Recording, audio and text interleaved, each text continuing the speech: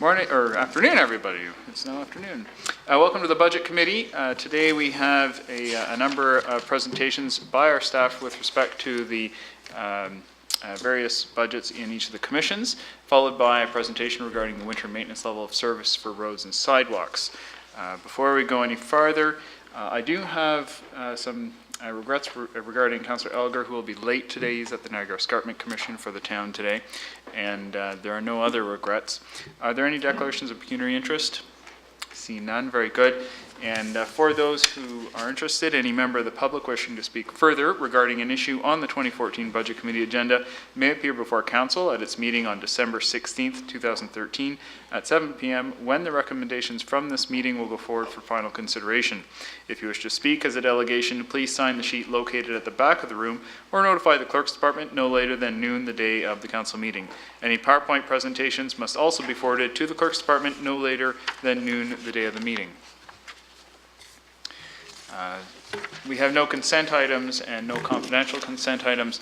The discussion items, the 2014 Budget Commissioner presentations, they'll be led off, as I understand, by Jane Close.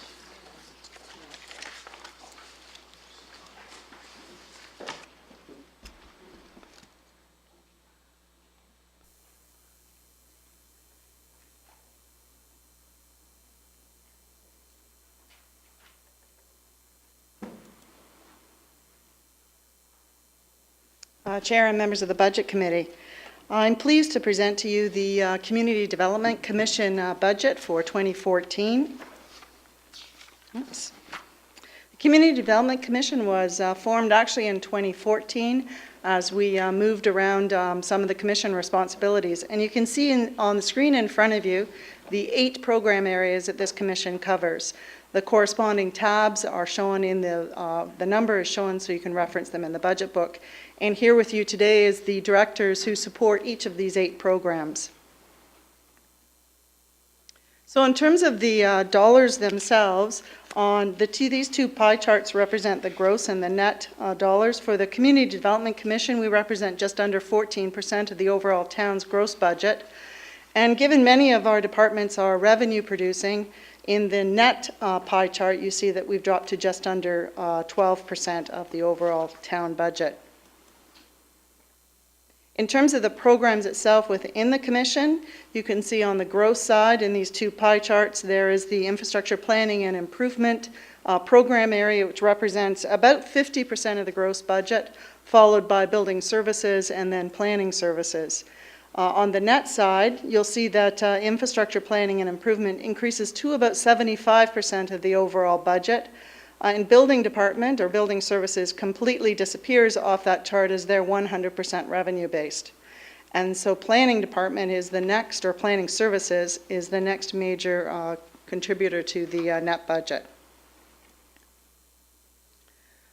On the key accomplishments for 2013, the Vision 2057 framework encapsulates many of the initiatives that the staff and council undertook in the year of 2013. The Vision 2057 is a framework that brings together the town's master plans and key planning initiatives to create one cohesive roadmap for us into 2057. And this year, staff moved forward with completing many of those master plans or have moved forward with implementation on some of those master plans. It's these studies that form the foundation, which then supports the town's policies and bylaws as we move forward. In particular, in 2013, Council adopted the Community Improvement Plan approach specific to Kerr Street, and in fact, you're going to deal with that issue in terms of the budget funding at this meeting or at this session. And this pilot project for Kerr actually sets a framework for us moving forward on other community improvement areas within the town. Also within the Livet area, you will see the South Central Public Land Study. So this year, Council gave direction on the future plans for this surplus school sites, and in principle set out the approach for the OTMH site. Also within the Livet category, you'll see the downtown strategic action plans, and with the initiation of the cultural hub as well as the transportation streetscape, we're moving a long way forward in establishing our strategic plans for the downtown. Under Council's strategic plan, there's a number of areas that we've had accomplishments in 2013. On the economic development front, we've created a number of forums in order to increase the awareness and the interaction between businesses to support them moving forward with the form of doing business in China, building much from the mayor's visit to China the previous year, as well as the mayor's roundtable on the auto industry. In terms of the Brawny Business Action Plan, that was endorsed by Council in this year. And most importantly on this list, I wanted to highlight the successful defense of livable Oakville. This is not only an important success for the town, for council, the residents, but also for planning and legal staff in terms of establishing, being successful in the first substantive test of the livable Oakville policies at the Ontario Municipal Board. It's these successes are only achievable with our establishment of our clear objectives and our evidence-based planning that we took such an important role over in the previous years. In terms of the services that we've provided, Amanda 5 is not a person's name. It is a program that enables us to keep track of all the applications. We have now entirely implemented Amanda 5 in all of our application areas, so we're able to track applications, be able to identify areas or bottlenecks in our process so that we can move forward to fix those. But most importantly, this program enables us to support an online service which improves our access, or customers' access to activities and applications that they have in process with the town. In terms of the infrastructure initiatives, this is the largest ever resurfacing program the town's undertaken. It was just over $5 million, and I think there was about 20 kilometers of resurfaced roads that we undertook in this year. And you will also see on the list the Kerr Street reconstruction and grade separation, which is moving that much closer. The preliminary design is now completed. We will in 2014 finish the detailed design, but it's moving along. It's a fairly extensive project and will take a number of years to get up and running. And also I'd note the active transportation program. We moved forward with a number of off-road cycling lanes, which were completed in Dorville Drive, Nottingham Gate, 8th Line, and Brawny Road. Moving on to key outcomes, the key performance indicators are included in your budget package. We've grouped them into various areas of service. So timely delivery of service. In each of the program areas, we are delivering within our targeted time frames. In terms of our cost recovery, we are in most areas delivering within that. You will note the two yellow dots beside the planning services and development engineering. This actually represents what we projected to recover. So we anticipate, for example, in planning to be recovering about 60%. We projected 54%, and in development engineering, we anticipated a 90% recovery, or projected that, and yet, we would like to achieve a 90%, but we projected to achieve only 72%. But you will note when I show you the financial drivers, the actual revenues that were received this year were far in excess of those projections. So we are, in many respects, on our way to recovering fully our costs.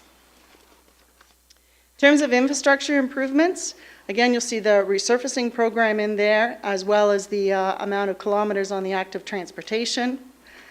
Environmental enhancements, we met all our targets in that area. The one area I would note, which is shown in red, is the industrial development. We aren't achieving the industrial development, which isn't necessarily surprising. All of the economic information we've heard is that we're not as competitive for the industrial market. We're moving more into the office and commercial. And you can see in that category, we've far exceeded our target. So as we go on, we need to look at that target to see whether or not it's actually representative of our marketplace within Oakville. On the customer service and public engagement side, we've achieved all our objectives in that area. And on the customer service, we did put in place last year a customer service survey, which we put out through pamphlets at our front counters, as well as on all our emails. We've got quite a positive response to the services we provide, and in those, quite a few suggestions in terms of how to make improvements. As I said on the financial drivers, you'll see that we're pretty well on track. In all the program areas, we're above what was the projection in terms of the budget for 2013, our projected actuals. And then in planning, you'll see a substantial increase. And for that reason, it was this year that we put in place the reserve fund, because a lot of applications come in 1 year, and yet they're processed over several years. So that funding is actually put into a reserve so that it will help us smooth out the high and low years over time. Moving on to 2014 and our key initiatives, again under the 2057 framework, we will see many of the master plan initiatives completed in 2014, with the in-zone bylaw coming forward, the Midtown strategy pieces, as well as the urban design guidelines that complements that. In terms of the key initiatives on the infrastructure projects, again, I've highlighted the Kerr Street project as it moves into its detailed design, and we will see the construction of the North Service Road connection in 2014. On the major projects, there are a number of them this year. I've just highlighted a few in the list that you see on the screen. There is the Stormwater Master Plan, which I would note, looking at all our stormwater infrastructure to identify the gaps we have in that infrastructure. I would also note the Commercial Employment Land Review Study, which will be initiated, and this is our first step to beginning the process of creating those background studies in our next review of our official plans. So we're looking at our employment sectors starting in 2014. And then we'll also be moving forward with some enhancements to the online services, again using that foundation of the Amanda program in order to support the online service delivery. In 2015 and 16, we begin to move more into the OP review, with now looking at a consolidation of the Livable Oakville Plan and the North Oakville official plan into one document. So we'll have one Livable Oakville Plan for the town as a whole, and the completion of the Commercial Employment Review.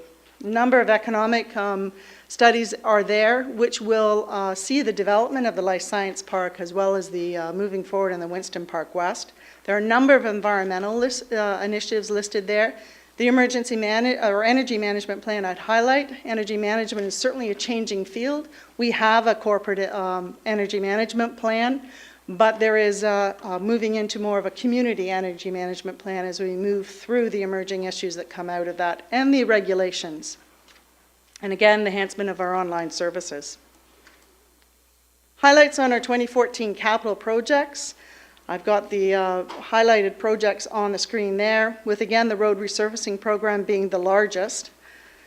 The North Service Road extension to Ford Drive, as I had spoken of earlier, as well as the other projects that are listed on the screen, for a total budget of $15.7 million. In terms of new requests, there are two new requests in this budget book. The first is the Kerr Street Facade Program. It has no impact on the tax budget at all. The program is a pilot project to fund the facade improvements along Kerr Street. It's about $150 million a year, but it's completely funded out of the Section 37 dollars that were provided to us through the RAIN development at Kerr and Spears. And then the second one is the Heritage Incentive Program. It has a $25,000 impact on the budget. It is, though, a $240,000 program over 3 years, but a substantial portion of that, $165,000, is funded through a reserve that we have in place for heritage features. So that in total over the 3 years, there's about $75,000 that's required, and so we've split that with $25,000 in each of the years. And that's the full request that we're asking for in 2014. And I would be happy to answer any questions. Members of the committee, do you have questions at this point? Mayor Burton, and then we'll move over. Thank you, Commissioner. It's a very good report, and I especially like the performance-based metrics that are now a key part of our presentations. I just wonder if you could assist the public on slide, well, let's see, I don't know that slide 10. Where you noted the, how did you put it, the overachievement on commercial development versus the underachievement on industrial. Mm-hmm. And when we then drop down to the third line and we look at the absorption of employment lands, I wonder, does that beg a question as to the adequacy of supply of our employment lands? It does. We have a limited supply of employment lands, and the employment lands we do have available have servicing constraints on them. The Winston Park West, many of the lands in North Oakville, as well as the lands on the west side of North Oakville. Those are our biggest supply. We need to ensure they get serviced in order to allow us to meet those targets year after year. So if we were to continue to overachieve commercial targets, it appears that we would deprive ourselves of land on which we might hope to have our industrial targets met. Which leads me to wonder, is there anything we can do to allocate employment lands between the targets so that we don't overachieve on commercial and forever be underachieved on the other? The overachievement on the commercial development is the redevelopment of the existing employment lands that we have. So they're intensifying the employment lands, and we're achieving the targets in that way. So a lot of the increase that you see there is actually not on that supply that we still have yet to deliver. So I don't see at this point in time the projections as there being a conflict or an overabsorption of the commercial space, because it is mostly intensification of the employment lands. So I'm overinterpreting the orange dot. I think you are at this point in time. Then on slide 12, I think it is, the outlook is very good, but I want to go back for a moment to the year 2009, which is still in recent memory for many of us, and the media were very complimentary to us, and I'm still very proud of the way we managed our way through the recession with little or no negative impact to our town. I just note that the red line didn't, whereas the blue and the green line moved, they recessed in the recession. The red line did not, which is very interesting, but it did recess in 11 and 12. And a very healthy recovery is projected ahead for it. But I just wonder if you could speak, can you give us any explanation for the way the red line doesn't move the way the other two move? The red line is in part subject to the allocation program in North Oakville. So you would have seen in 2008 and 9 that program roll out, which would have helped elevate the planning applications being submitted at that point in time. But in addition, we did see an increase in the number of site plan applications. So there was quite a bit of redevelopment within the existing areas. And site plan applications have consistently grown over starting in 2009 even to the current. So that's why I think you don't see the same kind of blip in the red or planning application line. And the more recent blip is almost perfectly coincident with the 18 months that we've just come through on the present allocation program. And it was under appeal and it wasn't going ahead, so I guess that explains the red one. Yes, and it also explains why such an increase in a jacking up of the dollars, because all those applications came in late 2012, which have contributed to the revenue in 2013, because we earn our revenue as we're doing the work, not necessarily when the application was submitted. Thank you. I think that's very helpful, and I hope the public finds that helpful information. I'd just like to turn to 14 now. What I'm looking for is a general, I turned to slide 14 because we use the word study on here quite a lot. I've grown concerned that the public doesn't understand how important the word study is in town talk. And in the live-a-day world, the word study is like, I don't know, study for the test. It's not a word that implies that it's as foundational as we use the word. So could you perhaps just give us a brief explanation of why a study matters and what it supports, what it's based on? We need, as a generality, I think we need the public to understand that the word study is the most important word that they'll hear. Over the last 13 years, we've had a number of occasions where people only showed up to talk about things at the amendment stage when years earlier a study got done that basically produced the amendment, through the process that's initiated. So could you give a brief explanation of the role of study in our work? So the study is the foundation, as you had said, of the future policies and bylaws that town would adopt. It sets the research and the evidence basis in which to rest those policies, and it becomes our defense and our approach at the Ontario Municipal Board, for example, if we're there, or any other type of tribunal. So they are absolutely essential, and we spend a fair amount of time, as Council has requested, and we have done on many occasions, in having a lot of public consultation throughout that study phase so that we can incorporate the public consultation into that foundational document that then supports the actual amendments and the legislation as we move forward. So would you agree that a study is where we steer the future outcome?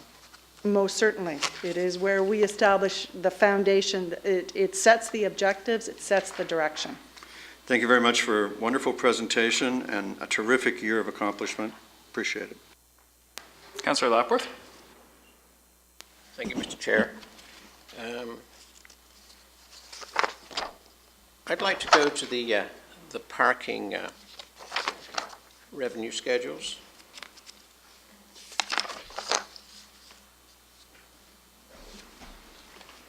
Page 311 of the master book at this time.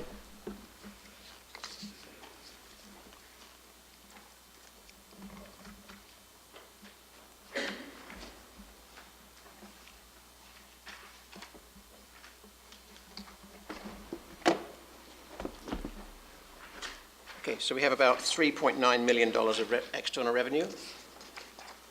Mm-hmm. Okay, now does that includes the money that's put into the meters, money that's put into the pay and display? Yes, it would. What about parking tickets and other vehicle infractions around town? That's all thrown into the same basket? Yes, it is. Okay, do we have a breakdown between the two? I don't think we have in this book, but we could certainly provide that. Okay, when were the pay and display meters put onto downtown BIA territory? No, it may be better for me to get Dan Cozy to answer those questions for you. Okay, great, thank you. Dan?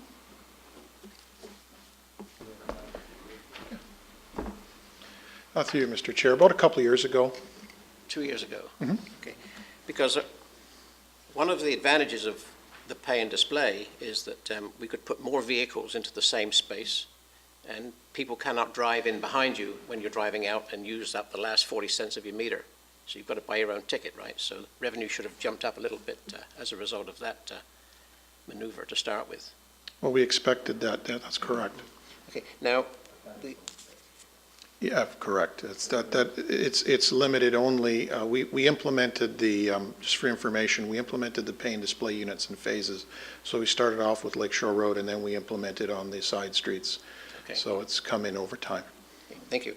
Now, the increase in revenue goes up by 2.7%, and the note at the bottom of page 311, it says external revenues have been increased $106,500 as a result of higher anticipated volume.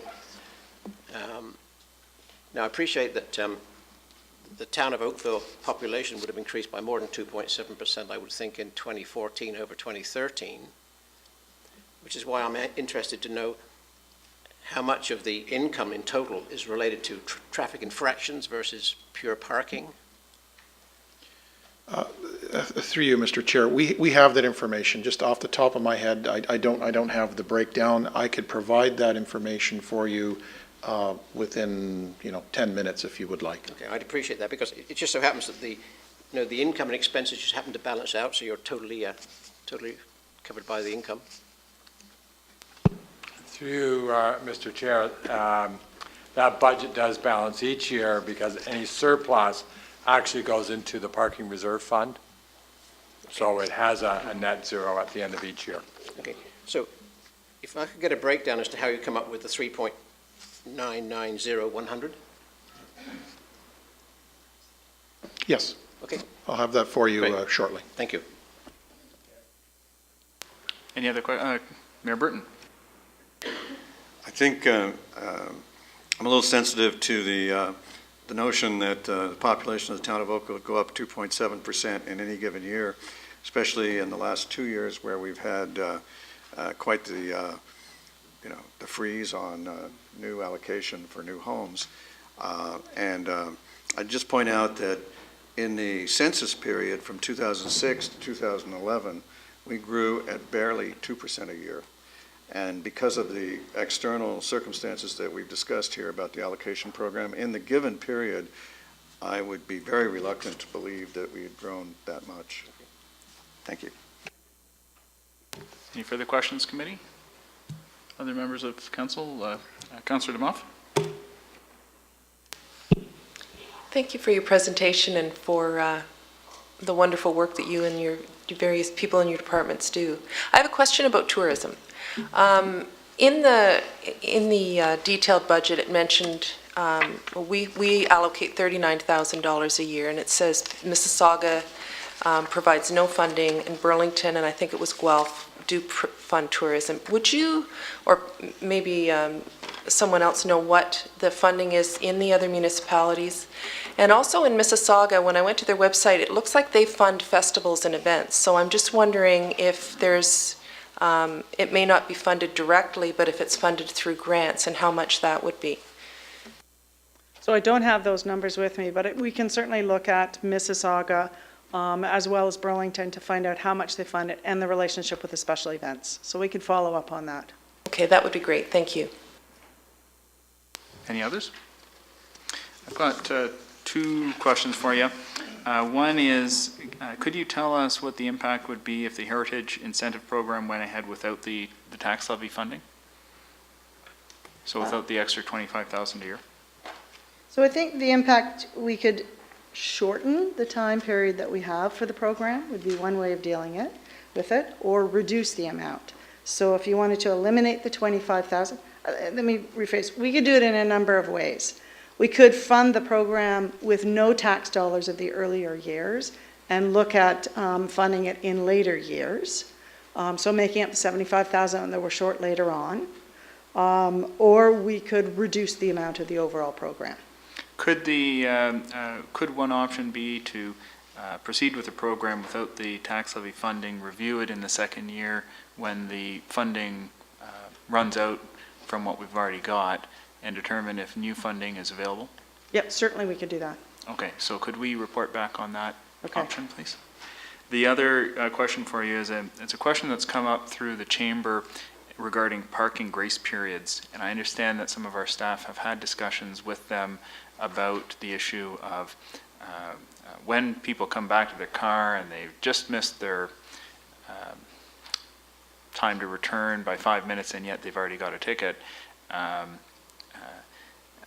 What discussion have you had with them about the grace period concept, and are there options that are available for consideration, and what process would be appropriate for the proper consideration of those options? So Dan, I think, has left, but I do understand there is a grace period built into the tickets, but I can certainly get that information of how much of a grace period is built into it, and how we look at our enforcement. But it's my understanding there is one there already. Okay, we can come back to that maybe when Dan gets back then. Mayor Burton. I think I have some fresh information on that front. That has been a topic in the downtown BIA over the last year, and because of the participation of senior staff in those meetings, it has been reported to us at those meetings that this issue has diminished, that the interface between parking enforcement and customers has improved. So it could be that the chamber is reflecting an older concern from the downtown BIA. Certainly, we have studies underway in this area, and we have taken some steps in this area. So I don't know if we want to launch anything more. I don't want to launch anything that's not necessary, and I look forward to Mr. Cozy providing us further information that may respond directly to those questions. Councillor Lapworth. Could I just add to that? We are bringing forward a report on the commercial parking study for both the downtown and Kerr at the next CSC meeting. So it may be appropriate at that time to ask questions related to parking and how we provide parking through that report. That way we can deal with the grace period. As it doesn't really involve the budget discussions, but we can deal with that all through those meetings. And very little of it actually has to do directly with the budget unless we're changing the rate structure in some way. Councillor Lapworth and then Councillor Duddick. Thank you again, Mr. Chair. Councillor Elgar and I in Ward 4, we get a number of calls and emails from time to time from families that say, well, we have 5 members of the family, we have 4 cars, we haven't got room parking for 3. And of course then they rotate the 30-day option, and then that runs out, then they've got nowhere else to go. Have we considered an option where a constituent or a resident can purchase extended parking time on the street outside their property? So as my understanding of it, and I'm sorry Dan Cozy's not here, is that there is an opportunity to purchase temporary permits for a certain period of time. It's the length of time that has become an issue. And we have dealt with it either through reports to council in order to extend under circumstances for council to deal with an extension of that. But it requires a council report to be able to do that. I think just in the fall we dealt with one in the Ward 1 area. And so there is the provision there through staff for a simple extension and then through council for a longer extension. Okay, so the longer extension, how long would that take? How long would that process take? Approximately. The process to get the report forward to council, it has to be in enough time to be able to hit the council agendas, to be able to prepare the report, collect the information, and get onto the council agenda. Okay, so we would need to submit a request for a report first at the next council meeting and then go from there? Yes. Okay, thank you very much. Thank you, Mr. Chair. Councillor Duddick. Thank you. Through you, Mr. Chair. Just a point of clarification in regards to the Heritage Incentive Program that you were discussing a few minutes ago. Am I correct in assuming that your suggestion or request of staff is to come back with options whereby the funding source is the variable? But I got a little concerned when I heard the Commissioner throw out that maybe we could decrease the amount. And I just want to reinforce the fact that this is a very, very crucial part of our work plan at the Heritage Committee level. And it's one we've been working on for a long, long time. And I'd hate to see anything in terms of decreasing the amount when it's just getting started. So I just offer that for the committee's consideration. And if I can just provide a little bit of clarity on that, I know it is in the detailed books. The program is for a 3-year program. It costs a total of $240,000. There's $165,000 in the reserve right now. So there is a substantial amount there to bring it forward. It is just the $75,000 that is short in that reserve. So there is very much the possibility to fund it for the first couple of years, and then report back on its success to see whether or not we want to continue to fund it, as Councillor Adams had suggested. Satisfactory? Oh, great. Mayor Burton. So I'd like to share. Well, no, I think I'll ask a question of the Commissioner. As between the approach that the Budget Chair was suggesting and the approach that you've proposed, isn't it true that the impact to taxes of your approach is gradual, and whereas the impact to taxes in a prospective 3rd year shifted to taxes would be a larger hit to taxes? That's correct, and actually that's why we had recommended you spread it out so that it's a minimal impact on taxes over the 3 years. Thank you very much. I appreciate that answer, and I would share with my colleagues, it's for that reason that I would be supportive of Councillor Duddick's statement on this particular program. I think it's actually better this way, but we'll get to deliberations at another time. Thank you very much. I see that Mr. Cozy has returned with, and in your absence, you've missed a whole slew of questions, so we may have to repeat some of them for you. But why don't you come forward and provide the information that you sought out? And then we'll Sorry about the continue. delay. I was That's getting okay. information. So No time has been wasted. So if we can go back to Councillor Lapworth's question, for every dollar we collect in revenue for parking, about 10% of that is permit revenue. So parking permits, monthly permits in the lots, North Oakville permits, and about 45% is related to fine revenue, so parking at an expired meter, hydrant, et cetera. And the rest, which is about 45% as well, is from commercial parking revenue, from meters, pay and display, and the parkade, the parkade on Church Street. The other topic of discussion dealt with the issue of grace periods, and we understand that there's been some further discussion with the BIA as well as the Chamber, and maybe you could provide us a little bit of information with respect to the upcoming reports that are coming through committee in the next round, as well as the whatever discussion you might have had with various third parties. Well, there is a report coming to Council on December the 3rd, or to Community Services Committee on December 3rd, regarding the commercial parking study and the recommendations arising from the study. Specifically, if we're talking about grace periods, there's no plans, as far as I recall, in the study that we would modify our grace period. And so, just for everyone's information, a grace period means that as soon as the meter expires, you will not receive a ticket within, the second after the meter expires. There's a grace period, and there's actually a way for our parking control officers to understand what that grace period is. So when they approach the meter or the pay and display unit, they know how long that vehicle has been parked in violation vis-a-vis the expired meter, based on the grace period. It's not something we advertise. But it's a fairly decent figure,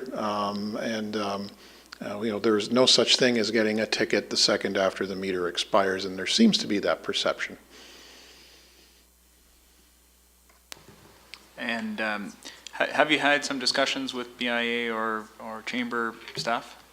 We've actually outlined the recommendations in a preliminary way with the BIA executive in terms of the overall findings of the report. We've also met with the local councillors to give them a heads up, and the full report will be before committee on the 3rd. Thank you very much. Mr. Green, did you have something further? With respect to the Chamber, Mr. Chair, myself along with the executive EMT met with the new Chamber chairperson about a week and a half after she was inaugurated into the position, along with the key staff at the Chamber, including the CEO. And the topic of discussion was the issue of the grace period and the concern about tagging. And really, I think a lot of it, we assured them that, in fact, a grace period does exist, and that I think sometimes parking exuberance takes on a new life with past history, shall we say, and becomes an urban legend. Thank you very much. Councillor Lapworth. While we have Mr. Cozy here, Mr. Green indicated that any surplus goes to the Parking Reserve Fund. Do we have a projection for 2013? I'll defer to finance that they have the specific figure, but if I recall, it's usually in the range of about $400,000 to $500,000. Correct, Nancy? Put Nancy on the spot. I believe it's in the vicinity of about $400,000 to $500,000 per year.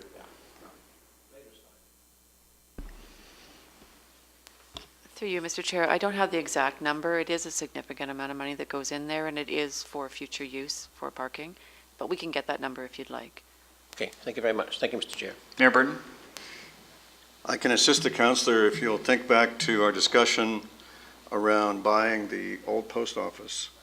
We were reminded at the time that the average annual $400,000 surplus to the Parking Reserve Fund was essential for the financing of the purchase of the old post office. So there's at least a $400,000, let's call it bedrock, required there in order to sustain what we've already decided to do. Excellent, thank you. And further, Councillor, I'm not sure if this is the answer you're looking for, but on page 386 is where we have the projected reserve and reserve fund balances. And in there, it shows a projected 2013 end balance of $1.5 million for the parking, growing to $2.3 million for the end of 2014. And so it's showing a transfer to the reserve of $800,000. That's for the upcoming year. So I'm not sure if your question was for this year or for next year. Okay, so that number we'll have to get for you later. Okay. Have we exhausted our questions for this set of staff? Can we move on? Okay, then let's move on. Thank you very much for all of that information, and Colleen, we look forward to your information.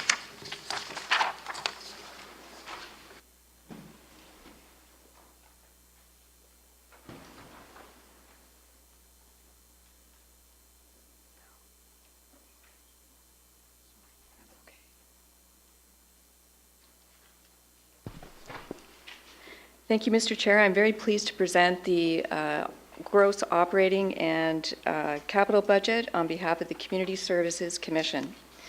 This newly minted commission is comprised of the following services: emergency services, recreation and culture services, library services, parks and open space services, infrastructure maintenance, formerly known as roads and works, and transit services.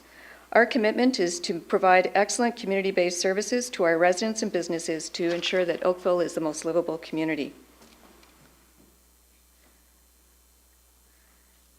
These two pie charts show the community services gross and net capital and operating portions of the overall town budget. Delivery of community-based services to our residents represents 61.4% of the overall budget. These pie charts show the gross and net breakdown of the commission budget by department. Our largest departmental budget is emergency services, followed by parks and open space and transit services. We focused on five major areas in 2013: outstanding service delivery, continuous improvement, accessibility, enhancement of our natural environment, and accountability. Recreation and Culture introduced online customer services surveys and incorporated the data and feedback into a continuous improvement process for camps very successfully this past summer. The information was reviewed on a weekly basis, and residents saw their suggestions incorporated into camp operations the following week. Forestry and cemetery information is now being provided to the public directly by Service Oakville, further enhancing the town's capacity to resolve calls from residents at the first point of contact. We implemented all 2013 council-approved transit service improvements. We also reviewed fitness services to identify future needs and trends for programming. And our team researched options for potential enhancements to snow clearing on our streets and sidewalks. Fire services implemented a new fire station alerting system. It is designed to efficiently dispatch crews to emergency calls and automatically monitor staff performances.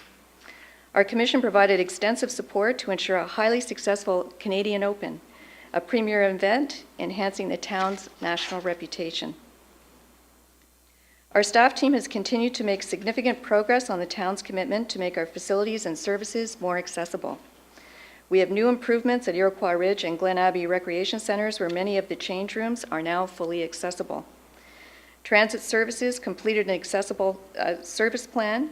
Transit staff introduced a special purpose ticket designed to eliminate transportation barriers for clients needing to access the services of regional social service agencies.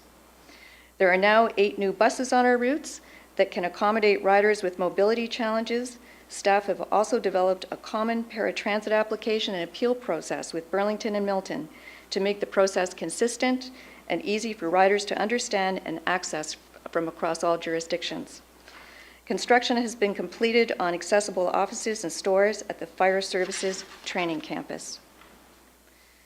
Community Services has a strong commitment to ensuring that our residents are safe through outstanding service. In 2013, Fire Services led the updating of the emergency plan and put town staff through a simulated exercise. Over 5,000 homes were visited by fire crews to promote fire safety education. Fire Services also partnered with Acclaim Health to provide the National Fire Protection Association's Older and Wiser Fire Safety Program for seniors. We have also worked hard to preserve our natural assets. Parks and Open Space staff treated 2,500 ash trees in 2013. They have continued their extensive public education campaign on emerald ash borer and are now shifting their focus to building Oakville's tree canopy. Park staff have also undertaken 2 major studies. The first one is to review sediment management within our harbors, identify the cause and ways to more efficiently dredge to ensure we have sustainable harbors in the longer term.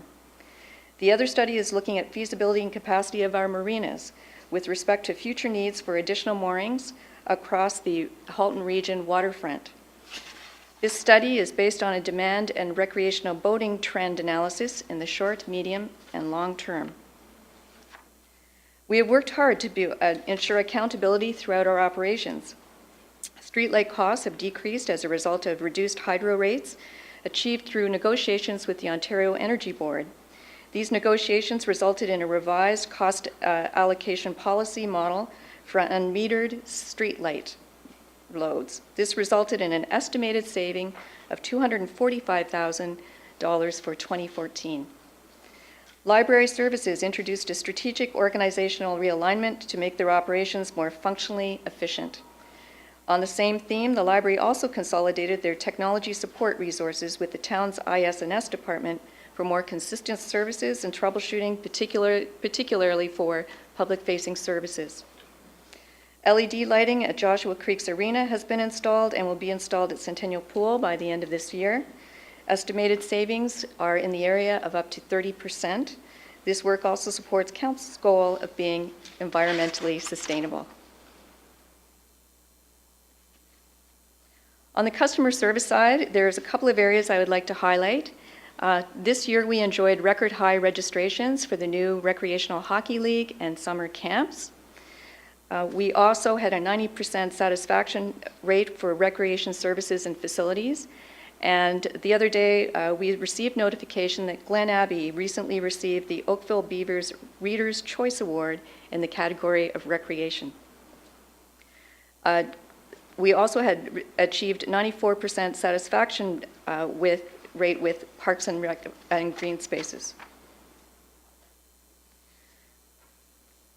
On this one, I'd like to highlight the 91% public satisfaction rate with the cleanliness of the road corridors. And on the timely delivery of service, this one is particularly important because Citizens First research shows that 50% of waiting around customer satisfaction is tied to the timely delivery of service. And in this area, our team has excelled with 100% service standards being met for timely and effective response to winter storm events, and our spring and fall bulk leaf collections were completed on schedule and on budget.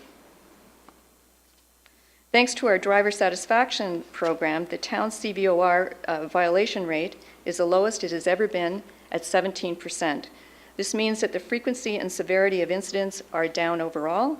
This is one of the best safety ratings in the province, and MTO often refers municipalities who are having issues in managing their own CVOR program to speak with us for assistance.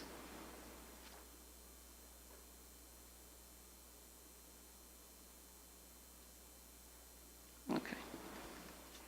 We are continuing our investment in service excellence in 2014 with the introduction of new online and self-serve options. The public will be able to sign up for memberships and bookings online, view program schedules and guides electronically, choose a self-serve checkout option for books at the library, or sign up for recreation programs at a kiosk. Soon, Service Oakville will be able to provide parks planning and development information to the public without having to transfer the call. Our team will be participating in the provincial Ontario One Call program effective June 19th, 2014. It is a unified notification call center that provides information to contractors, public agencies, and citizens about underground pipes, cables, wires, etc. before they excavate.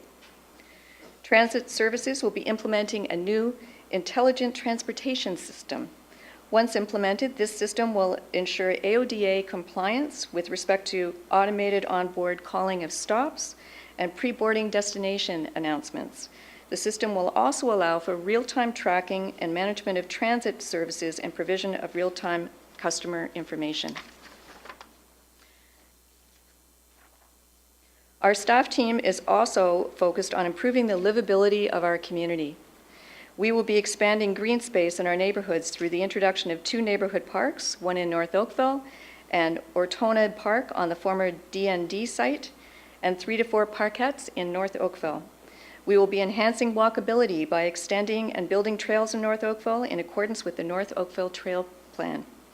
Residents will soon be able to enjoy the benefits of rehabilitated playgrounds, splash pads, tennis courts, bridges, stairs, and parking lots in many of their local parks as part of our asset management plan. Both the cultural plan and parks, recreation, and library master plan will be updated and will take into account the implications of new facilities, including those recommended through the Downtown Cultural Hub Study and QEP. Staff will also be developing a harbor master plan to ensure that we will be meeting the future needs of our boating community. Library Services will be establishing a new Bronte Library location with a focus on high pedestrian accessibility. Fire Services will be acquiring a permanent site for Fire Station Number 9 to serve North Oakville residents in the future. Financial drivers for our budget are tied more specifically, obviously, to staffing costs, service delivery in North Oakville, the capital impact for new park development, capital impact and phasing in of transfers to capital replacement reserve for new facilities, and in many years, fuel costs and material supply costs also factor. Our 10 largest capital projects are EAB management program, replacement buses, and the fire station acquisition of land for that permanent site. Overall, $29.6 million in capital projects for 2014 reflects the town's ongoing investment in community-based services. I have 5 new requests on behalf of the Commission. The first one is the caravan staff increase. In order for us to be compliant by January 1st, 2014, where we provide same-day booking service to the extent that it's available, and accept booking requests up to 3 hours before the published end-of-day service, Oakville Transit will require 3.4 full-time FTEs caravan coordinators. Some of our costs can be reduced by the elimination of Route 5A, which has been underperforming for some time. And if Council were to accept this recommendation, the net cost would be $67,800. In addition to this, we have also been speaking with Burlington Transit to look at efficiencies where we could perhaps collaborate on providing the booking service on their behalf. We will be reporting back to Council should this become a reality, and we will identify additional cost efficiencies at that time. The second request is for Iroquois Ridge Youth After School Program. We have received provincial matching dollars from the Ministry of Culture, Tourism, and Recreation, province $2 to town $1. We have been able to identify $7,800 eligible dollars in our base budget, but we still need $2,200, and we are recommending that this comes from the Innovation Fund. The third request is for volunteer coordinator for the Oakville Center for Performing Arts. In a number of jurisdictions, including River Run Center in the city of Guelph, a number of theaters have been managing their costs by diligent use of volunteer programs. At the top end of the range, they have been able to have volunteers be ushers, bartenders, and front box office staff. It is our goal in 2014 to start to introduce a volunteer usher program to manage our costs. And with a volunteer coordinator, we would be looking at $17,800 net, with subsequent larger savings over the next few years. The fourth request is for a part-time staffing coordinator at QEP, Bronte, Oakville Youth Centers. QEP has recently introduced their new youth services. They have found that they've been highly popular. The volume is much higher than they anticipated. It is a younger demographic than they have at Oakville or Bronte Youth Centers.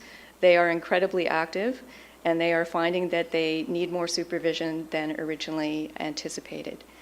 At Bronte and Oakville Centers, we're finding that our volumes go up quite dramatically in the summertime for obvious reasons. And between the high volume and vacation schedules, we're finding we're incurring a tremendous amount of overtime.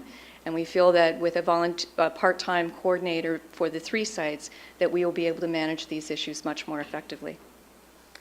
The fifth one is for parks and recreation, parks and open spaces. We have had a number of requests from residents over the years to look at an improved and more timely path and trail clearing for routes used by parents and children walking to and from school during and post-winter events. And we have also had a number of requests for improved sanitation efforts in the winter months in our parks as well. We feel by taking 3 seasonal small equipment operator positions, which are currently at 8 months, converting them to full-time and eliminating a couple of other positions, that this will actually be a greater efficiency and it will certainly improve services to our citizens. And the last one is that we have had requests from council on 2 particular areas. Winter control service levels. There is a report that is on the agenda that outlines potential options for service standard changes for council's consideration. A presentation is available should council wish to receive it, or staff would be simply available to answer questions. And the second one is on the performance of new Route 120.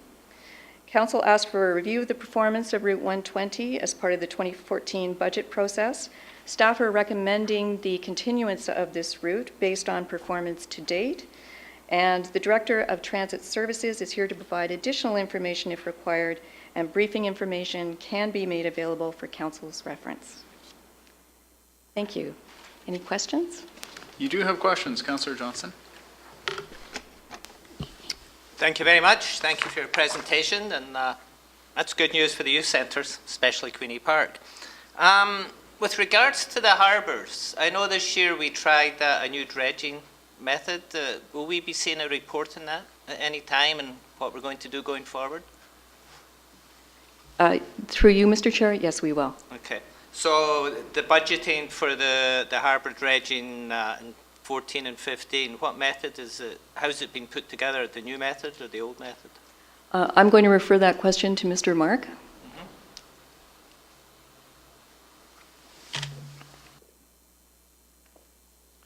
Through you, Mr. Chairman, the cost for the dredging for the next couple of years is still on the basis of past cost just increased by 3% until we finish our sediment management study, which will hopefully be in the first quarter of 2014.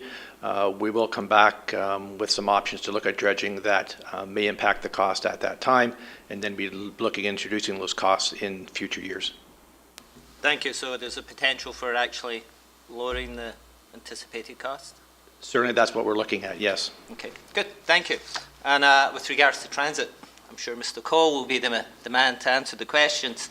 You mentioned route efficiencies. Could you expand on that? Are we looking at all routes? Are there other routes that we should be considering? And for example, 120, is that the North Service Road? Could you give us some detail on that one too? Through you, Mr. Chair. We reviewed the service on Route 120, which was the new route put in from North Service Road from Trafalgar going east. We started it in January, and it was put in for a 1-year trial. In looking at the performance, we looked at it on a basis of rides per hour, total rides, trends, and also compared it to the service that we introduced the year before, which was also rush hour service in Palermo, Route 33. What we found was on a rides per hour basis, we were looking at about 13 rides per hour. On a rides per month, we started out at about 690 rides in January, and by September, we were at 1,400 rides a month. So it's trending upwards, trending steadily upward. When we looked at it compared to Route 33 and its introduction, it started out slightly under the 900 that Route 33 had in the first month, but is about 200 rides ahead of Route 33 at the same time 9 months later. Route 33 has gone on now to increase in total rides to about 1,900 a month. So it's continued to rise, and we believe 120 will continue to rise in the same way. Thank you. Are there any other routes we should be examining for making changes to? Through you, Mr. Chair, sorry. Any other routes we should be examining to make changes? Well, we examine all of the routes on an annual basis, and all of them are performing much the same as they did last year. Overall, ridership is up by about 2%. Interestingly enough, in in November of this year, we had the single highest ridership count for a single calendar month ever of over 280,000 rides. So we continue to trend in the right direction. Our only concern right now is with Route 5A, which was also introduced at the beginning of the year as a result of last year's budget. And our counts indicate there that ridership is steady, no signs of increase. It's actually stealing rides from Route 5, and at the moment is averaging about 1.5 rides per hour. And that's why we've recommended the cancellation of that route until we can revisit the model for delivery of service into North Oakville. Thank you. Caravan services, it was mentioned that we have to be compliant. Could you expand on what we need to be, how we need to be compliant and the costs associated with that? Compliance with AODA requires changes in virtually all areas of transit service delivery. In particular, here we're looking at specialized transit service delivery, and the compliance date for changes in booking procedures for paratransit customers is January of 2014. In order to be compliant, we need to be able to do two things. One, provide same-day booking services, and two, provide services to customers or allow customers to book rides up until 3 hours before close of business on the day before the ride. At present, we operate Monday to Friday, 8:30 to 4:30. You have to book within a 2 and 10 day window. So we have to fundamentally change everything in our model for delivery of this service. That means we have to staff 7 days a week, statutory holidays. We have to staff from 6 in the morning until about 11 o'clock at night, which would give us 3 hours before close of business the previous day. That staffing increase, we've worked out what we would have to do to achieve minimum coverage. That would be 2 additional full-time bodies and 2 part-time bodies.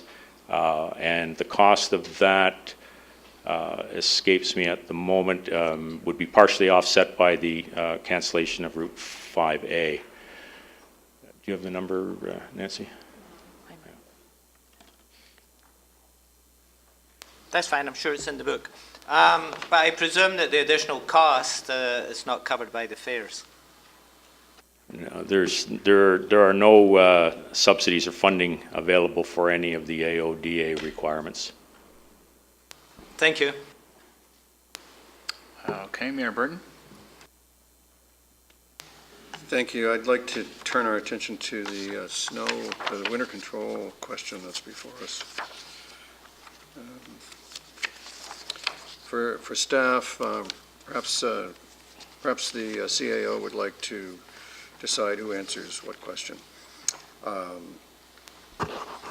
Could we get some information about the state of our reserves for winter control? Certainly. Mr. Green, before you go to that, did you have something you wanted to add to the question about transit before we move on to snow? That would be quite, oh, actually I do. Okay. And it was a great question because not only in transit, but what I wanted to speak to, on a monthly basis at EMT, we spend a considerable amount of time on a report that's prepared by Mr. Lalone that looks at the key performance indicators of many of our major activities. Transit is certainly one where we look at the trends over past months, past years, looking at Not only the performance of ridership, but downtime, and all those things are looked at. And only when we start to see issues do we, at an executive level, start to query the director at getting down into those areas of the routes themselves. But that is, the report that we look at, certainly council gets through its monthly electronic package, a copy of all those key performance indicators. What you perhaps don't get the benefit of is the banter and the discussion that goes on, obviously, as we go through them. But one of the things that is a key performance in this organization is to look at those key performance indicators and then drill down on a regular basis. And so that's what I wanted to add through that one, Mr. Chair. In terms of winter control, we established probably somewhere in the order of about 15 or so years ago a winter control reserve. Our winter control reserve is set at about 25% of the annual operating cost of winter control. And the current reserve is sitting at $1.6 million, which is actually at the maximum limit that we work to. So we're sitting with a full winter control reserve. So if I correctly perceive that council would like to explore ways to improve our service to the 7.5 centimeter level from the 10 centimeter level, and given the variability of the weather these days, and the real driver is how many times do we get snow? That's right. More than what the depth is, I anticipate. Would you have a recommendation for us on a way to, say, pilot a move to 7.5 centimeters? Well, through you, Mr. Chair, I mean, one of the issues, especially with winter control and having had some 30-odd years of experience, if it's anything, it is not an exact science. And so trends are what you look at, and certainly these last number of years, the trends are quite different from perhaps what we used to see in the past. What we could look at doing, and I believe with a winter control reserve at its current limit, and looking at the options as discussed, if there was a desire to look at operating with the higher level of service so that we can get a clearer picture on exactly what the costing would be to use the reserve, considering where it is right now, would be a reasonable step for 2014.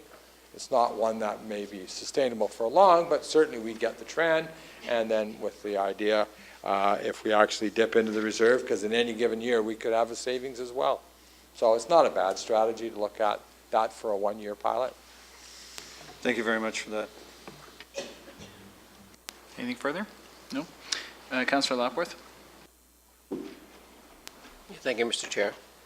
Not too sure who I should address this question to. We have a number of buses, and a couple of years ago one of them burned and we lost it.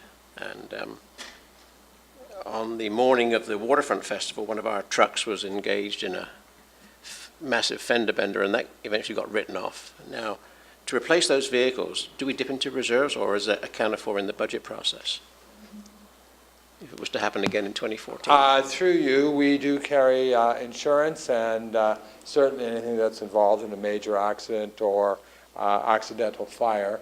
I know there are instances where we actually use the insurance, and we're on a replacement value basis with the insurers. Excellent, thank you. Yeah, most of the marinas close in the middle of October, and a lot of boaters do not remove their boats at that point in time, and of course the water level continues to drop through to the end of the year. Now the boat ramp in Bronte, I understand that this year, for example, the water level was so low that some of the boats could not be removed using the ramp, and because the ramp is not long enough. And I was wondering if there's any consideration to extend that or fix it, if it's cost effective, of course. Because what was happening is the boaters were redirected to Lake Promenade down in Mississauga, where the ramp is much longer.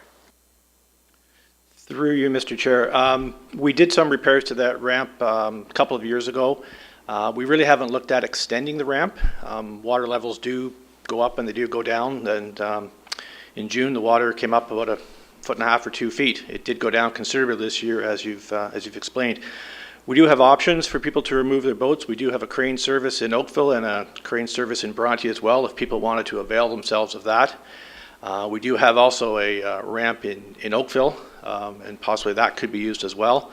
But there is some work that we could do to the ramp. I know our harbors people are investigating that.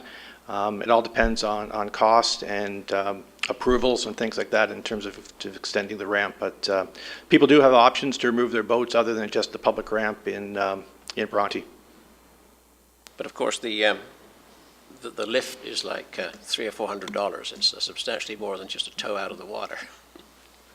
Yes, there certainly is a fee for service for that. Thank you. The next one is concerning 2 new neighborhood parks in North Oakville. I learned personally a few years ago that there's a subtle difference between a neighborhood park and a community park. Will these neighborhood parks have lit sports fields, or? The neighborhood parks that we're going to be building in North Oakville, it is not our intention to light them. They are considerably larger than our neighborhood parks that we have been building south of Dundas. They will contain a minimum of 2 large sports facilities, but it is not our intention to light them. We would only be lighting community level parks in North Oakville. Okay, thank you. And the last one is the tow wharf grant, I guess we call it. This has been the same number for many, many years at $32,500. Is there any consideration at all in giving these volunteers a little more money to maybe pay for their uniforms or pay for other expenses incurred? We had met with Tow Wharf, and they didn't ask specifically for any increase, but we could certainly look at that for future years. Okay, thank you very much indeed. Thank you, Mr. Chair. Okay, any other questions? Okay, I wanted to ask our staff about the winter control issue, the top-up. Now, we haven't gone through the presentation. Is there actually a formal set of materials that you have? Could we see those? I think it would be helpful to see them. And then I wanted to ask your question about the sidewalk level, the 5 versus 7.5 centimeter level.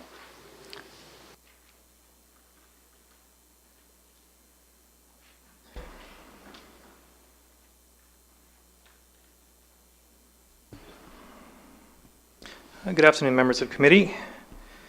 Happy to present this report on winter maintenance service level reviews for roads and sidewalks. The current winter maintenance levels of service takes into account the Municipal Act, provincial minimum maintenance standards, and town service levels. Winter maintenance liability is generally established by the Municipal Act. However, the standards by which we are often held to in court are the provincial minimum maintenance standards and our own town service levels, both which define how and when we perform winter maintenance on our roads and sidewalks. The proposed 2014 winter maintenance budget is $4.9 million. This is a net budget amount, as we receive revenue from maintaining regional roads in the amount of approximately $1.6 million. So the gross amount of the program is in the order of $6.5 million. The annual budget is generally based on a 5-year rolling average winter season, and as identified earlier, our reserve is currently funded to the max, which is set at 25% of the gross program amount of $6.5 million.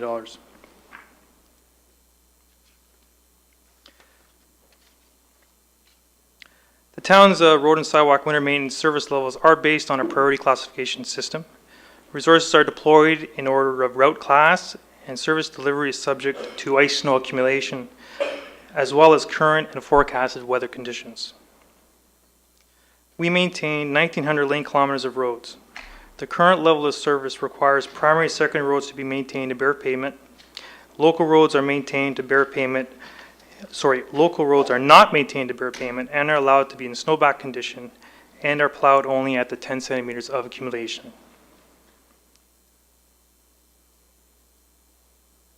When comparing with other municipalities, service levels are very similar for primary and secondary roads, but there is a lot of variance when reviewing local residential road service levels. We surveyed 8 comparable municipalities.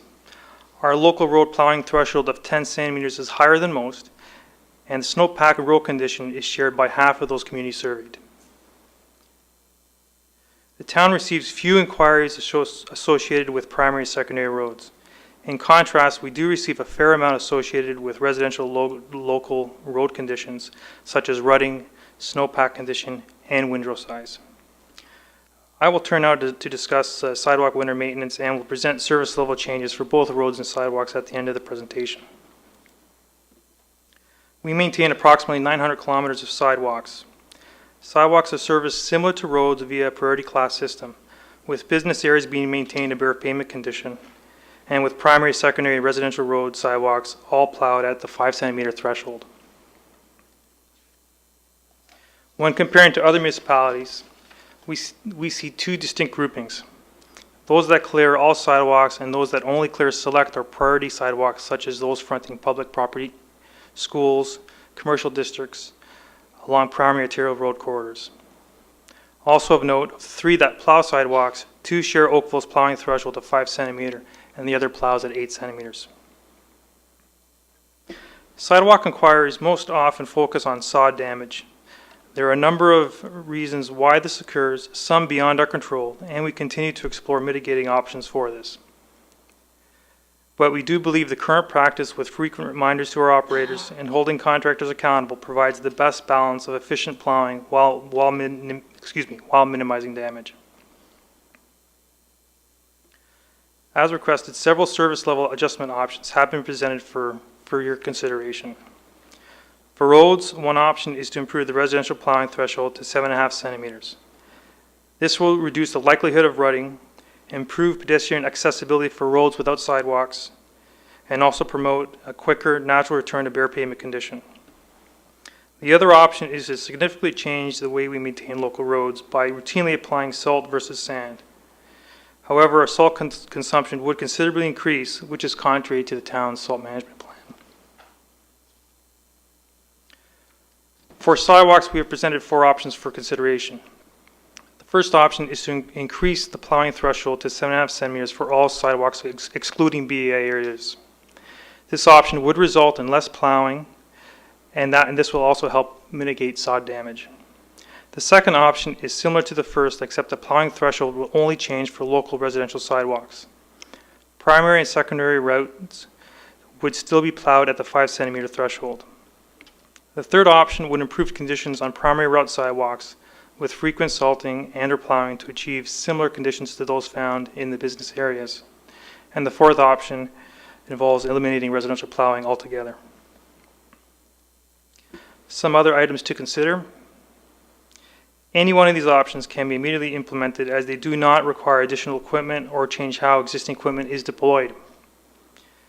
We are also forecasted to be within budget for the current fiscal year, and we would need to rely on the reserve to fund any service level changes for winter ops occurring in 2013. And of course, any option that removes residential plowing would require public engagement and may even warrant a subsidized program similar to the Seniors Windrow Removal Program. That concludes my presentation. I'm happy to answer any questions. Any other questions? Then I'll ask you a question about the sidewalk element. You had a couple of different options there. One is the first one, which is the take the residential to 7.5, but that doesn't include the arterial and the collector. Is that correct? The second option is go back to your list, because your list is, I think, in a different order than the list in our report. There. Okay. So your number 2. Does not speak to changing the collector or arterial roads, but your number 1 does? correct. Okay. And number 4 speaks to removing it on residentials, but not removing it on arterial and collector? Correct. Okay. Thank you for that clarification. Now, question for you about changing that standard. What's your opinion of the way people would perceive that change in the general public if we went from the 5 centimeter to the 7.5 centimeter on, as per number 2? where you're only talking about the residential, but you leave it on the collector roads where you still have residents who front on to the collector roads? I believe the response, in my opinion, would be varied. It would result in less plowing of sidewalks, of local sidewalks, which could result in less sod damage to those sidewalks. So that is certainly would be a positive benefit to this. The other side of it is some people would negatively look at any service level change. So on a net basis, do you think we would receive more complaints about not plowing than the complaints saved by not tearing up sod? We receive a fair amount of complaints, in particular to sod damage. So in my opinion, I would estimate that that would be more than the complaints that we received for changing the service level. So we might be better off if we go to a 7.5 for the roads, being consistent on the sidewalks and plowing both at the 7.5. Correct. And it might actually make it easier for us to communicate when we plow. Everybody knows that if the plows are out for the roads, they're out for the sidewalks too. Yes, that is a very good point to make, because then it aligns the plowing threshold for both the roads and sidewalks similar on local residential roads. Okay, Mr. Green? I think something again, it's a lot of years' experience, up 24 and 72 and whole lots of hours. And there is no exact science of winter control. And I do get a little concerned when we start to let accumulation build up, particularly on the sidewalks. I mean, on the roads, it's a lot different. I mean, cars with their tires, they can manage that, having a bit more snow. But when you get into 7.5 centimeters of snow on a sidewalk, and depending on the conditions, there will be many times that I think they would have to go out and clear it, even if it was only 5 centimeters, because you get snow buildup on sidewalks, especially if we're trying to promote active transportation, and you get some mild weather, you get that packed in, you've now got packed ice on a sidewalk. On roads, at least with winter tires, and more people tending to go over to winter tires now as opposed to all-season radios. So I have some reservation as your CAO and your past Director of Public Works for many years on that. I mean, certainly the bane of our existence in the road business is sod damage. Usually occurs early in the year when the sod's a bit soft, and it's unfortunately a bit of a necessary evil. And so I'm a little reluctant to recognize that. Certainly it's the pleasure of council. I mean, you're the ones that do set the standard. There's nothing that says you can't move it up, but I will tell you, my years of experience would suggest not to. Thank you very much for your opinion. Mayor Burton. I'd just like to share that the way my property is shaped, I get my sod ripped up every year several times. And my experience has been that even before I was mayor, the town's repair of my sod was always perfect. I have no reason to, I don't even complain when it's torn up anymore, because I've learned it's going to be put right. And I believe that's the way most people who've spent, once you've lived here a while, you get to understand that. I believe that because you're still going to plow the sidewalk, even though you plow it at a deeper depth, you will still damage sod and you will still get sod complaints. And so you might save some money, but you will not save sod, is my point. And so the net result would be that we would have reduced service, and as the town manager, as the CAO has pointed out, perhaps increased a little bit of danger to pedestrians in that there could be an increase in packed ice on the sidewalks. So given all of those things, I think I would lean in favor of keeping the status quo on sidewalk service. I do agree that it's worth trying the 7.5 centimeter service level on roads that Councillor Elgar has been promoting for years, and I will support that as a pilot to see if that works.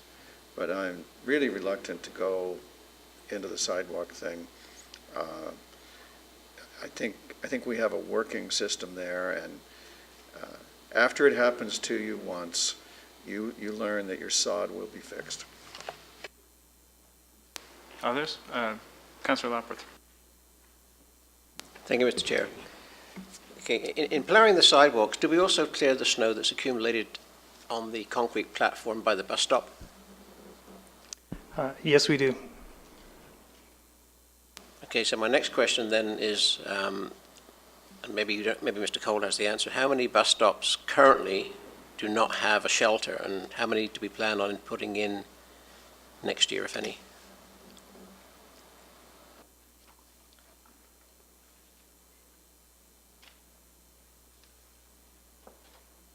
Through you, Mr. Chair, we have about 1,500 bus stops in the town. About 200 of them have bus shelters.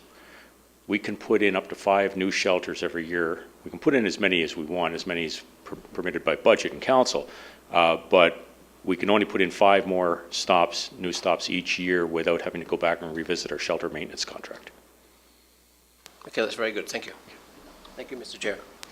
Others? No?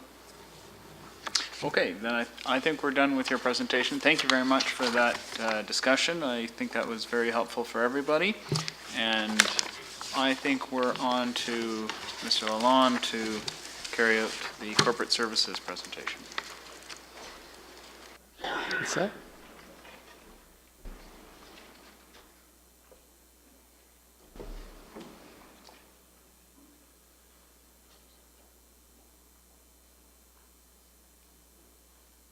There we go. Good afternoon. It's my pleasure to introduce corporate services to you. While some of the corporate services departments do face the public, such as tax and regulatory services, predominantly we provide a corporate environment in which the public-facing departments operate. To many, we're a little bit hard to see, and if there's a grand opening, we're probably going to be standing in the back row. Corporate services puts a very strong emphasis on KPIs, and this is the second year since we did a major revision of our KPIs. Last year when I came to this presentation, we had just completed it. And in going through that process, we've come to understand that our values are corporate integrity, adding value, and helping to support a team approach. This slide depicts that corporate services consumes about 11% of the corporate budget. This has been surprisingly consistent over the past 10 years. It sometimes has crept up to a little over 12 and sometimes down to the high 10s, but as a segment of our participation in the corporation, it's pretty stable. This slide depicts corporate services department's gross capital and operating budget and the same net of revenue. Information systems and facilities and capital management, capital facilities and construction management consume noticeably more resources than the other corporate services departments because they tend to be departments that have to purchase services. The other departments are mainly based on staff salaries.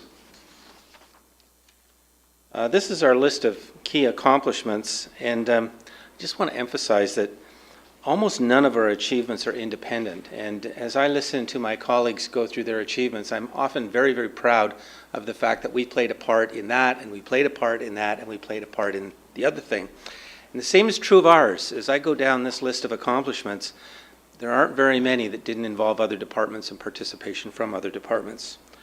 Our external auditors issued an unqualified audit report for 2012.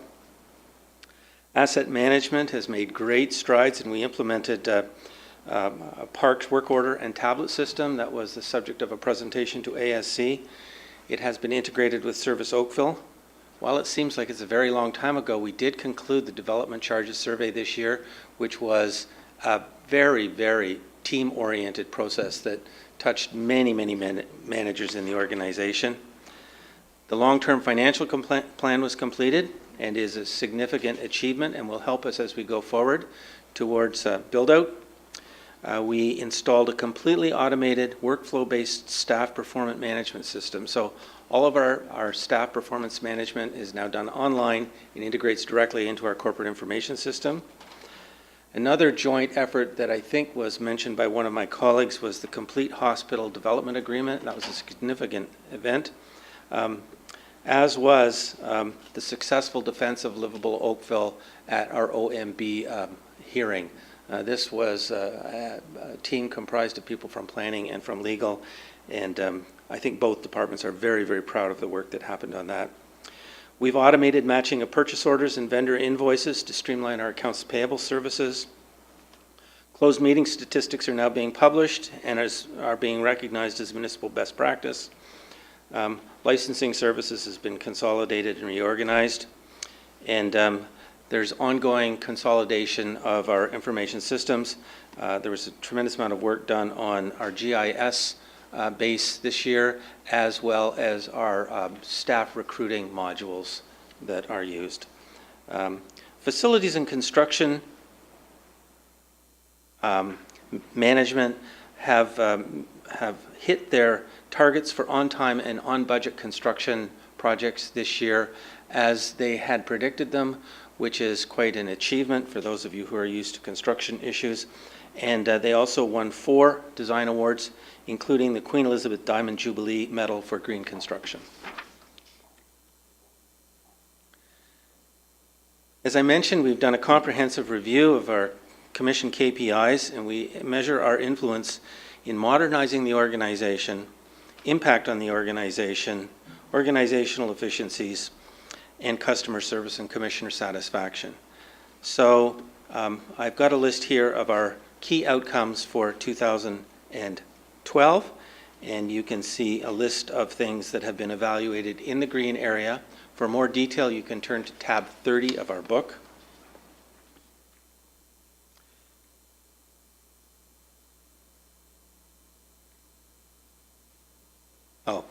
Another set of outcomes based on impact on the organization. You'll see a yellow dot there. Maintain public and staff accessibility to agendas. We are doing a considerable amount of work on trying to make our bylaw database more accessible, and we've not completed that work yet, so that's why it's scored yellow instead of green.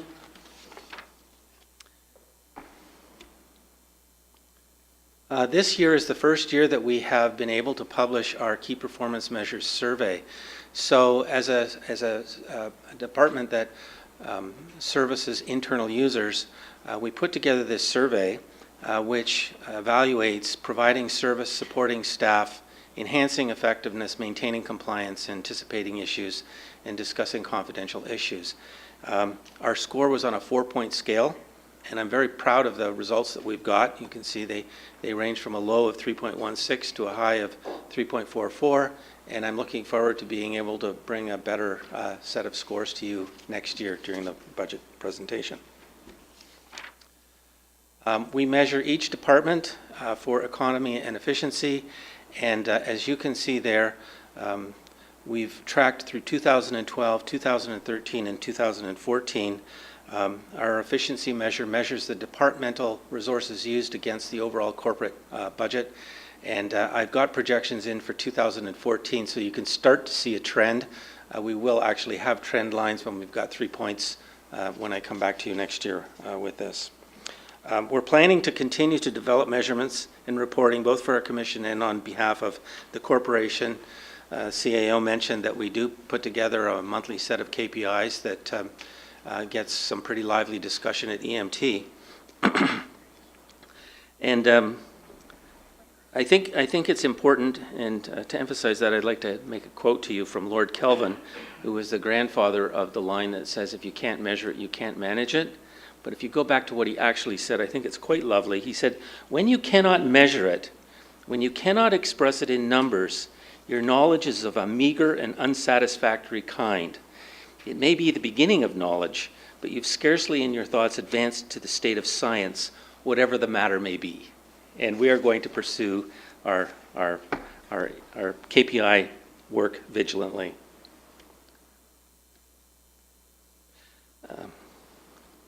Key initiatives, under the topic of fiscal sustainability, I think I've jumped ahead here one.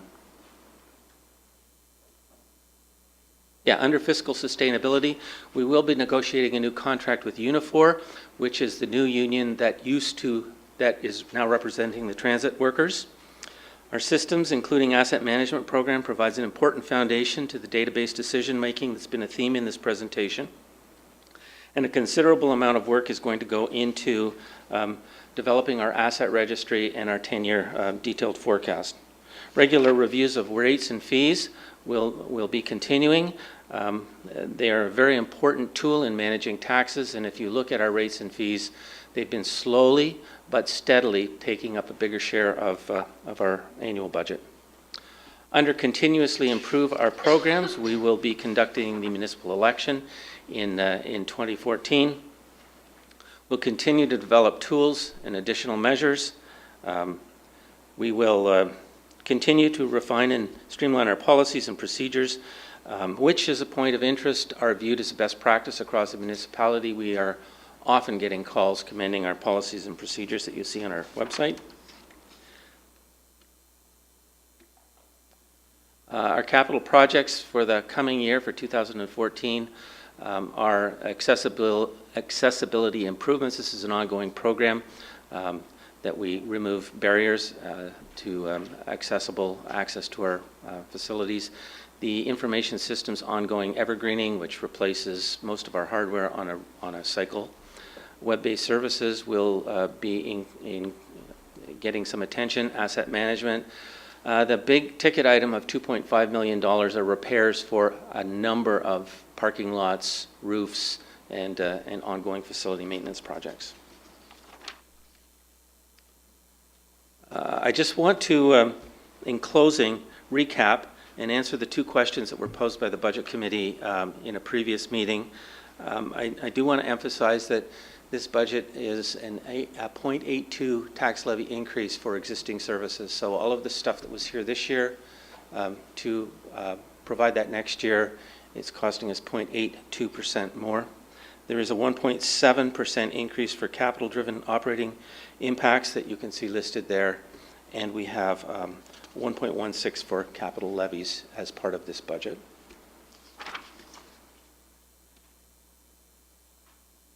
Okay.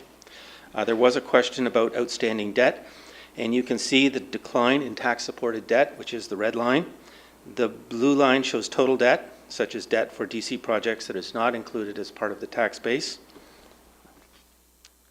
And my last slide, if I can get to it, shows our total reserve and reserve funds, which was a question from the last committee. Obligatory reserves include DC, parkland, and gas tax, elements like that. Discretionary reserves include parking reserves, which has been the discussion here this afternoon, Blink and Harbors, among others. And reserves by themselves include equipment, capital, and stabilization reserves. And that concludes the Commissioner presentations, and I'm happy to answer any questions that you might have. Members of committee, questions? Any other council members? Councillor Knoll?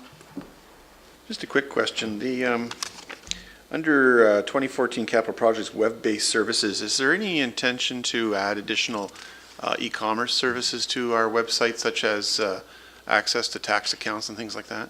Yes, our Director of Strategy, Policy, and Communication is leading a project right now to evaluate what services we can put online, and that work is well underway. Great. And the e-post for tax bills, I assume that has that rolled out yet? I haven't seen anything so far. I wonder if I missed it. I've been looking forward to paperless tax bills for a while. So. Through you, Mr. Chair. We are in the process of just working with Canada Post, which is the e-post product. We will be rolling it out in December, and we will have pamphlets in the interim bill that will be mailed about January 20th. That's awesome. So the goal would be to get people off of the dependency on paper and strictly as an alternative to get electronic bills. Is that correct? Absolutely correct. That's fantastic. Great. Thank you. Thank you, Mr. Chair. Welcome, Councillor Elgar. You've reached us just in the nick of time. Well done. Thank you for your efforts over in Niagara, by the way. Unless Councillor Elgar has a question of you, then I'd like to ask you a question about the 2015-2016 forecast, and I'm bringing it to you as as treasurer. I suspect that the committee and council may wish to give you some direction about the future years, despite it being out beyond 2014. Could you turn your mind to when and how best we might give you direction? As an initial sort of reaction, I would suggest that we would seek direction probably in the spring from you when we have some indicators of what's happening in I get my years mixed up, 2014 regarding inflation and those sorts of issues. When we get to December and we're dealing with this budget,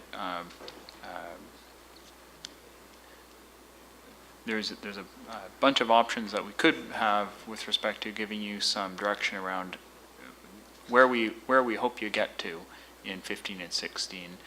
Could we have a discussion about how we might manage that? Certainly, of course. Okay. Councillor Elgar, just so you know where we've gone on the question of snow plowing, because I know it's been a long discussion that we've had on this particular topic. We've had a discussion about funding the move to a 7.5 centimeter threshold for residential plowing through our reserves and doing that on a trial basis over the next year. And what I would like to suggest to the committee is that we receive the reports that are before us and ask our staff to report on a couple of things. And they are, one, the funding options for the Heritage Incentive Program, two, the funding of tourism in other municipalities. That was a question that Councillor Demoff brought forward. Three is the funding option to move to a 7.5 centimeter threshold for residential plowing. We've already had the discussion, but I'd just like our staff to provide the details of that. Were there other things that members of the committee hoped to receive something back in writing or some further information? Mayor Burton? I don't know if the committee really wants alternatives to the heritage facade, to the heritage program that you just said, unless perhaps you could give us a little more details. My wording was, I'd like our staff to report on the funding options for the Heritage Incentive Program, and that's not to say that we're making a decision or a direction to staff to change anything. I would simply like a little bit more information about what if we went to a different funding model. So instead of the 25,000 in tax levy this year, fully fund it from the reserve that we have and making up the difference at a later date on the basis of A, we might have other funding available by then, or B, we may decide to do something different. I guess I would ask you to separate that out so that I could register my opposition to that. Fine, I need somebody to move the request for reports and the receipt of the reports we've gotten. So, all those in favor of everything except for asking our staff to report on funding options for the Heritage Incentive Program, show their support, please.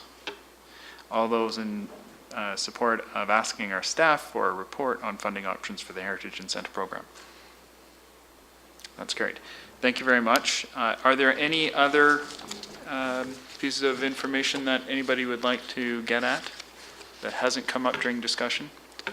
If not, we have dealt with the items that are on the agenda today. There are no confidential discussion items. Because we've completed the material before us, we will not be having a meeting tomorrow, and our next set of meetings will be the delegation meetings Tuesday, November 26th at 7 p.m. and Friday, December 6th at 9:30 a.m. Now, I didn't ask anybody if they were here to speak because I didn't see anybody who I thought was a member of the public. Are there actually members of the public here who wanted to speak? I didn't think so. Okay.